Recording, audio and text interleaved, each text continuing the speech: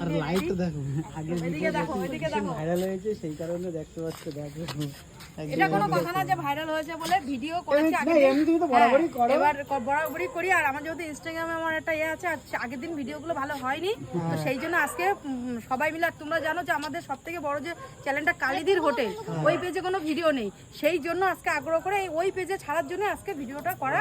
তার জন্য যে যা পারো করে নাও। আমরা কিন্তু সেই দিন কিন্তু র্যান্ডমলি মনে করেছিলাম। তুই তো ভাই মালে মাল হয়ে গেছিলি, কিন্তু তোর কপাল খারাপ, তোর কপাল চারানুর কপাল একদম কি করেছে ওর হতে চাই যেভাবে ভিউজ দিয়েছে মিলিয়নের পরে মিলিয়ন, কিন্তু ভাই কি বলবো, ওর কপালটা থেকে আমার নিজেরই কপাল ঠোকরাতে সবাই একটু মন একটু খারাপ লাগছে। মানে প্রচুর টাকা কামিয়েছে, কিন্তু উপায় নেই। মানে একদম মানে যদি মনিটাইজেশন অন থাকতো তাহলে হয়তো মালামাল হয়ে যেত, কিন্তু উপায় নেই। তো যাই হোক, কিছু করার নেই, দুঃখ করে থাকি। নতুন একটা আবার পেজ খুলেছি দিদিদের ভালোবাসা সাপোর্টে, সাপোর্ট করে দিদি।